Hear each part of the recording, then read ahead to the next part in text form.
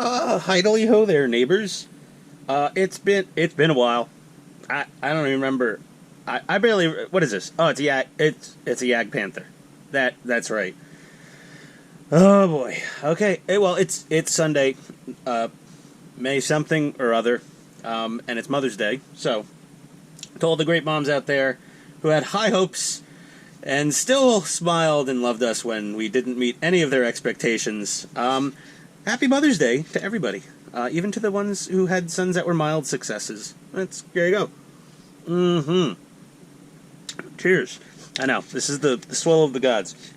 We're in budget mode here at the Casa de Shelter in Placeau.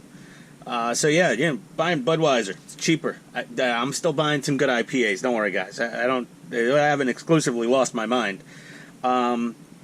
But I've been working on projects. I did that UV sanitization chamber. We use that all the time now. Anything comes in, it goes in the box and gets nuked. Go check out my channel for that video. And then really haven't had all that much enthusiasm to work on the tank because I've been worried about everything else. And the rubbing alcohol situation in the world is insane. Luckily, I was able, pre-catastrophe, to score some of this 99.9% electronics cleaner grade. And then more recently on Amazon, we had some more 99.9 lab grade isopropyl. So we can cut it with a little water and still be able to clean our airbrushes and things, not have to worry that we're running out of raw materials for hand sanitization duties. That being said, this tank is sitting here very, very near completion. All it really needs is some chipping and, some panel liner and some streaking grime and streaking stuff.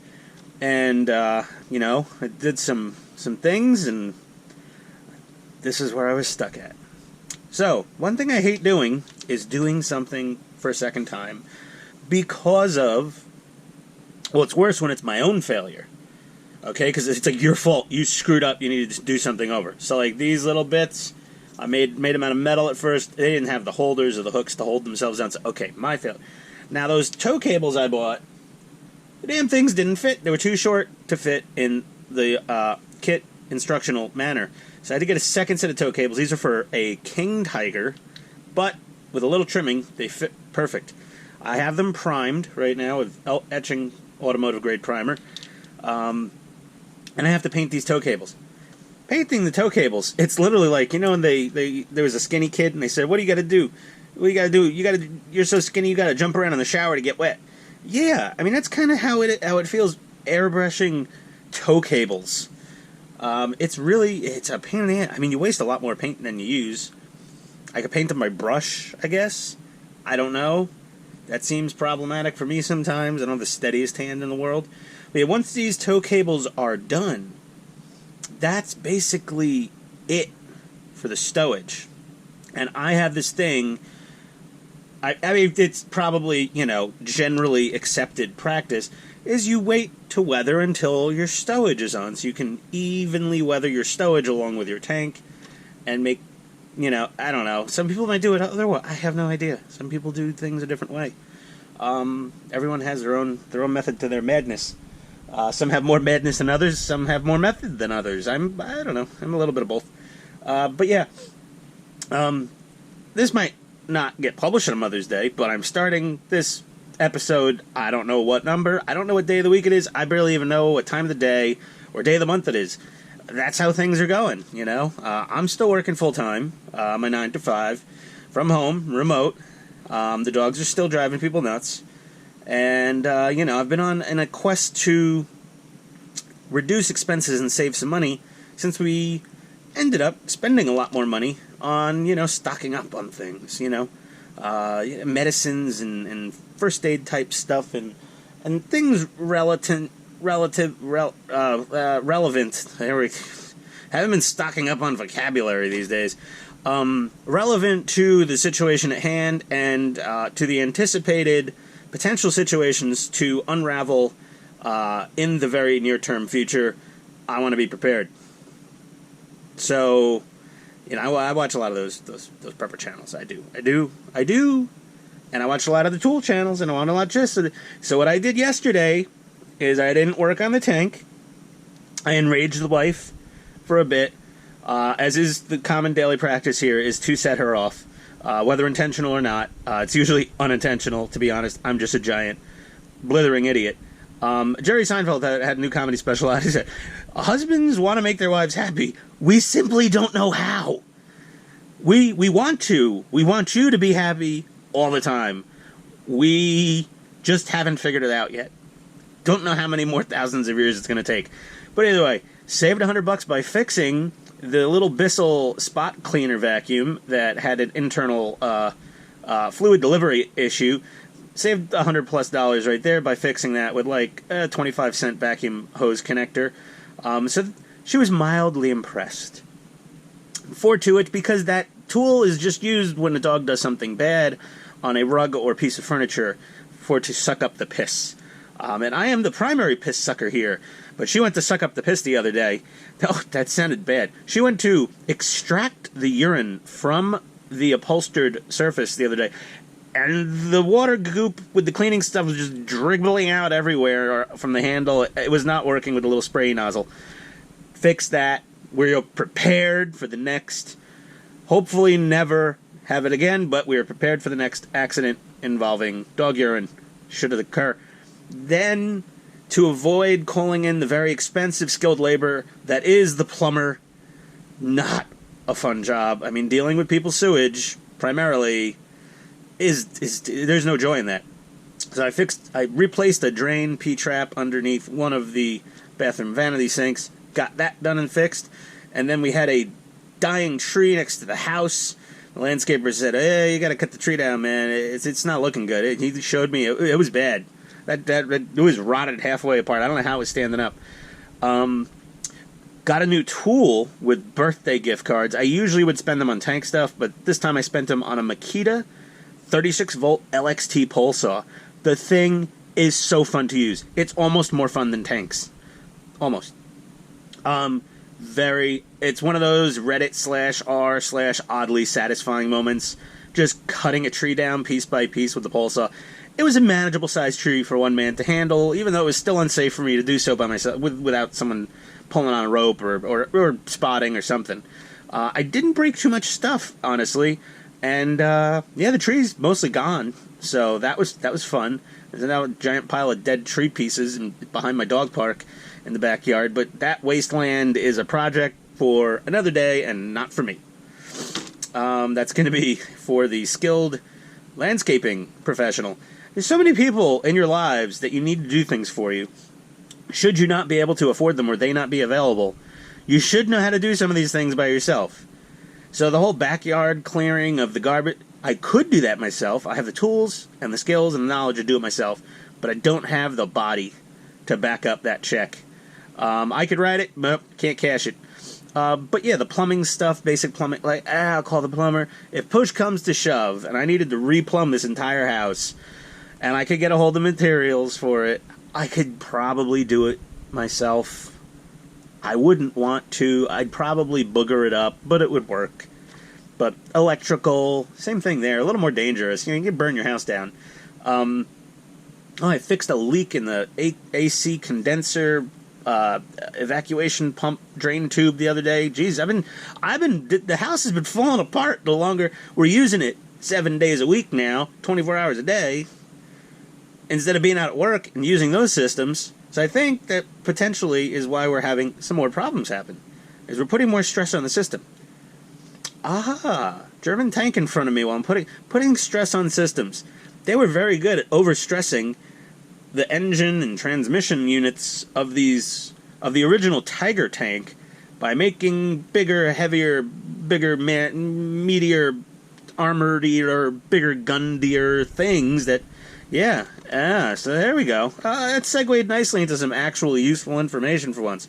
Okay, this whole episode's gonna be me complaining and then having painted tow cables by the time we're done. I may paint up these little tow cable mounts to match. It doesn't quite match. It's dark yellow. Olive green, and it needs to be dark green. Greener green, or something. I have to look at the manual for the pronunciations on that, but I'll butcher them anyway, I promise you. So yeah, there we go. Other than that, and I hope you've been enjoying your social distancing parties. Maybe you've been having a front yard happy hour where everyone sits in a circle, all 10 plus feet apart, and BYOBs, and if you got a potty, you got to go back to your own house. You can't come into my house and potty. Well, you could go behind my house and take a leak somewhere if you really wanted to, but I mean, no one's really gonna do... We don't know each other that well yet, where it's like, hey, neighbor, you want to piss in back of my shed? Which, you know, if you have a good long-term neighbor, you've peed on their property somewhere. That was weird. Who? Get in the comments if you have urinated on your neighbor's property with their consent and permission and direction of where to go urinate. Like, walk behind the detached garage, look at the gravel downhill area, piss over there. You know, like that specific, you know, right there. Not just like unzipping, dropping trowel right in front of them and just taking a leak on their patio. Comment below if you have urinated on your neighbor's property or allowed your neighbor to urinate on your property somewhere. Because, you know, I'm a pretty generous guy. I'm like, you want to piss on my property? You go ahead. Go behind the dog park, stand in the weeds, take a piss any tree you like. I don't care. Fine with me. This video got weird frickin' quick, didn't it? Alright. Well, let me get these painted, and I'll be interrupted, I'm sure. The wife will be home with the dogs from visiting her mother for Mother's Day. Yeah, I know, I didn't go to my mother-in-law's for Mother's Day. I think I don't know if I've driven my wife completely bonkers over the last 30-plus days of being home together. Maybe that's it. Because normally I'd get in trouble for not going to mother-in-law's for Mother's Day. I think I would. But I don't feel I'm in trouble. My mother-in-law actually was on the phone before, and she said, enjoy your day off. Enjoy your day off. Actually, I think my wife was happy to go to her mother's house without me so she can complain about me, just like her mother complains about her when her stepfather's not around. Or something like that. That's what the women do. They get together and they complain, usually about their husbands. I think that's like their number one hobby. Yep. If you think your wife doesn't complain about you, think again. She does. You don't know about it yet. I mean, you know of the direct complaints she lodges directly at you, but you don't know the full story unless you are a fly on the wall when she's talking to her mom, or best friend, or whatever confidant she has chosen to berate you in front of. They know the truth. Even if it's not the truth, even if they're delusional, you won't know those real complaints. You'll never hear them. You have to bug her or something. With like CIA movie level stuff. You have to like put something in her lapel. Bug her wedding ring with a microphone. Oh, forget it. We're getting... That's another YouTube channel probably on how to spy on your wife. Man, that would probably get really good. Like, that would get a lot of followers. You could probably monetize that sucker in about 12 hours instead of... This is going to take me 12 years before I hit 1,000 subscribers. But either way, back to cable painting. BRB. Alright, hey, guess what? It's still Mother's Day, and we're not drinking Budweiser anymore. We have a Scofflaw Brewing Basement IPA. This is a local brewery in Atlanta. They're quite tasty, actually. They sell 12 packs of 16-ounce pint cans at a very reasonable price. It's a fair price. You could pay that much for a 6-pack of some other fancy stuff sometimes. So, here we go. We got the tow cables on. We got our antenna on. Look at this. Our German 2M antenna, as described by Axel's Model Bow. It's a nice little thin, pointy thing. We're using the whatchamacallit. Oh, God. What's that damn brand? scuhmo-kits. scuhmo-kits cable holders, because, hell, you don't want to just glue this thing down to the side of the chassis and be like, it's magically holding in place. The Germans had some super magnet under the hull, and they magnets... No, that didn't happen. They had to tie the cable down somehow, even in World War II, with all the German magic, okay? I didn't glue on this side yet, because that's I don't know. I might have to shorten the cable up. I didn't glue some of the sleeves down, just so I could shorten it up by millimeters or maybe a half a centimeter. Well, that's 5 millimeters. A number of millimeters potentially, but all the kit stowage is on. Our little optics, our little periscopes are in. Our antenna is on.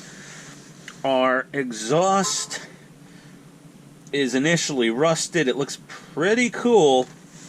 Our tracks obviously are all weathered up and ready to go, and our road wheels are all done, as is our lower chassis tub is all mudded up and nasty.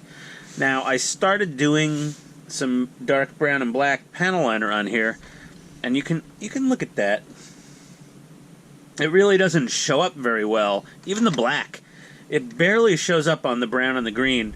It shows up nicely on the Dunkelgelb, on the dark yellow, and to me, dark yellow is darker than Dunkelgelb, especially late war Dunkelgelb. So that's that thing. These new tracks fit perfectly. So much better. Oh, wow, man. What having a good set of tracks. God, I don't even remember where I got these now. How long has it been? Where did I get them? I think... Were they Kenny? No, they weren't Kenny Kongs. They weren't DKLM. No, these are Impact tracks. Impact RC apparently was the OEM. If I've misspoken in previous videos, I apologize. Impact stated, I didn't state this, Impact stated they were the OEM supplier for Tamiya metal tracks. Okay? And you can tell why, because they're beautiful. I mean, even the guide teeth, guide horns, they're hollowed out. Like, they look legit. I mean, they're really nice. Oh, by the way, guys, I did get a bottle of some gun bluing ointment, gun bluing liquid, so I could gun blue those teeth. Hopefully that'll keep them from getting shiny. But our tow cables are on. All the factory stowage is done. We have optional accessory stowage that we can make, but I'll be honest with you, man, guys, potentially ladies, I don't know, I'm sort of tired of this tank. I mean, it's really nice and all that, but I still gotta chip it somewhat, and I over-chip things. I go crazy with the chipping. I love chipping. The Chip-O-Matic 2000 is my new name. One of the commenters, I mean, he wasn't harsh, he was honest. He was like, chipping really belongs in certain places, you know, really high wear areas that would come into contact with other objects, and you just chip everywhere. And I'm like, yeah, well, I didn't reply to him because I didn't have really a good reply, but I mean, it's modeling. If you feel like chipping a tank to the point where you look like, where it's like, was this thing like, I don't know, sandblasted with river rocks for 10 hours from all directions? Did it rain gravel on this tank for a month? That's kind of how I chip stuff, apparently. Every surface is chipped. I have no prejudice of any part of the tank. When it comes to applying chipping, I will chip anything. I will chip an antenna, I'll chip binoculars, I'll chip whatever. I'll chip parts of the tank that would normally never get touched almost ever. And apparently it's too much chipping sometimes. I go a little overboard. My UN tank, my Leopard 2A6, which I'm rather fond of. I see it right now. I mean, yeah, she's been chipped like Betty Crocker did a line of Coke and made a batch of cookies and just goes, more chocolate! Not enough chocolate! More chocolate! It was very, very, very, very, very, very, very, very, very, very, very, very chipped. And if I did videos on my Abrams, the same guy probably would have been like, oh, there's too much chipping. That's just an unrealistic amount of chipping. And I get it. He wasn't a jackass about it. He was professional and polite about it. So to that commenter, I appreciate the feedback. I agree with you.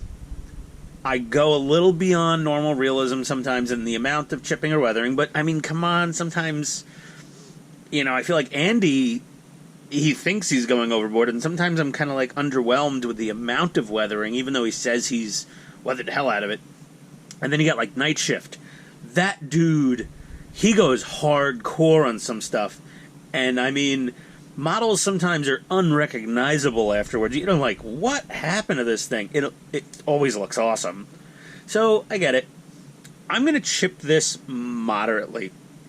And I'm going to keep most of the stuff to the high wear areas. Corners, edges, fenders, you know. Oh, no. My freaking CA glue hasn't set. By the way, crisis. I'm out of CA glue. I mean, this isn't empty, but it's become so thick and useless and weird that it's not really, yeah. I went to the hobby shop and bought a whole bunch of stuff, and apparently my dumbass forgot to get an extra bottle of Zap-A-Gap Medium. So I just placed an Amazon order. I don't love it. I prefer, I mean, Hobbytown. You know, Hobbytown is like the McDonald's of hobby shops in most places, but the Hobbytown in Kennesaw, Georgia, it's amazing. I mean, the employees are fantastic, enthusiastic enthusiasts in the hobby that know their stuff. And, you know, it is a locally owned franchise. So, Hobbytown in Kennesaw, Georgia, holy mother of God, they are awesome. And I went there and I bought all sorts of stuff, and I completely forgot super glue, CA glue, cyanacrylate, whatever you want to say. Forgot to get it. I'm an idiot. So now I had to order from Amazon because I don't know if the hobby shop's open. I could call them. I mean, tomorrow's Monday. I got to work the whole week. And honestly, I could take a lunch break when I was working at the office and potentially drive there and go pick up some glue on well, I had another hobby town in Beaufort, Georgia. People were just as nice.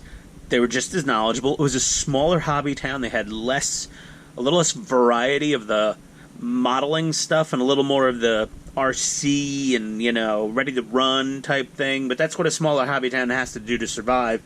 You don't survive on selling Tamiya model kits. You survive on selling Traxxas T-Maxes, and I get it. That's where the RC hobby is gone, and this is a hybrid between modeling and RC, so it's a niche, and they don't really cater to us because they can't.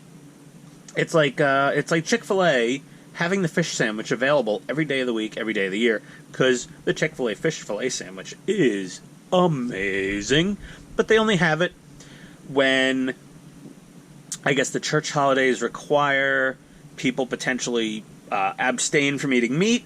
But I'll tell you one thing, guys. I was bar mitzvahed, and I look forward to any Catholic, Christian, whatever it is, holidays where you're supposed to only eat fish for a week or on Fridays or something like that. Oh, man, Chick-fil-A fish sandwich. Holy crap, is it good. Either way, that's it for now. I think this is the end of the episode for now. It's underwhelming how much I got accomplished, but I did a lot of work today in other parts of the house, and, you know, I did start doing panel liner, and it's like it dried, and I'm unimpressed with panel liner on the dark areas. So I'll do some panel liner and that, and I added a little more rust wash to the mufflers. Oh, God. I mean, I always say, oh, she's a heavy girl. They're all heavy when you're done with them. But yeah, that's looking good. Yeah. Oh. Whew. I'm not used to physical activity. I did a lot of physical activity today. Cutting down a tree, chunking it up into pieces, dragging it back, chucking it into the wilderness-y part of my backyard, where I'm going to let somebody else deal with that mess later on, but I'll pay dearly to have them clean that up. And then I went and I replaced an entire P-trap underneath one of the bathroom sinks. The plumbing is just black death everywhere as far as the drainage side of plumbing. The water delivery side of plumbing, not as bad. The removal side of plumbing is where things get nasty quick. Like, to the plumbers, when they come in to plumb a house, you know, they don't have to deal with any of that, like a brand new house. If they're fixing old plumbing, though, oh dear. Unless you're, like, running feed lines somewhere for, like, a new outdoor spigot, it's fairly drama-free. But when you are dealing with the drains, that's where everything comes from. Oh no, I don't want to throw any weird symbols. Here we go. Here we go. It's the balloon knot. It's where everything comes from. And the pee-pee holes, and the hair, and the spitting, and the body wash, and the shampoo, and the soap, and the hand washing, and the toothbrushing, and the fuzz from the razor, and it just turns in to just black death goo. That is not fun to deal with. Kind of like, I guess, I don't know, the greasy bottom end of a tank somewhere in the engine bay when these brave gentlemen at the tank museums and restoration shops are starting to work, and they're digging out World War II axle grease. I mean, the smell is similar. I mean, people say axle grease smells like ass, and it does. It stinks, but you know, it's not as. Oh God, the plumbing scum. Oof. Soap. How does soap cause such nastiness? I don't know. Either way, we're done with the episode. Tow cables are done. They're attached. They got cool little scale holders that actually like work. I can pull this pin out and take this cable off and like tow something. Not that I'm ever going to do that, but we put the detail in there for you. You know, there's some details on here that are subtle. You know, but all the little periscopes with the optics we added on from scuhmo, and this we added on from scuhmo, and we did the special cordage. We used the aramid fiber instead of the regular craft string, and we used the stainless steel cables from scuhmo. And we used this cool resin surround from scuhmo, you know, with a little more detail and all that. A lot of scuhmo. We made a functioning front headlight. Like we scuhmo front plates here, you know, with the extra weld bead, or maybe those are impact front plates with the extra weld bead. You know why there's no line in them? Because you can't see it anyway. That's probably why. Oh, that makes sense now. I was just like, oh, they don't have the extra line because you can't see it. It's hidden by the fender. Haha, Tamiya. I don't know why. Sometimes. You know, we got metal toe shackles and metal this and metal... And my damn antenna, again. Seriously? Just crazy glue down, or I might need new crazy glue. That antenna just does not want to stay put. But that's it, guys. This is part something of the video, and... come on, I can try.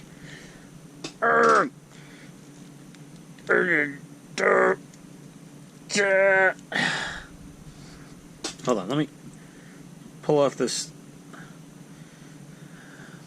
tippy tip. Oh, come on, get off of there.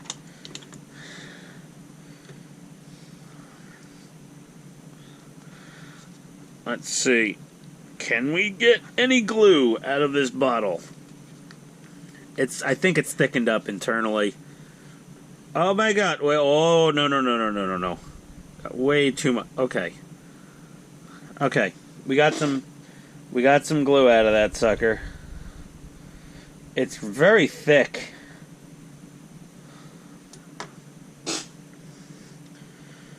Oh boy.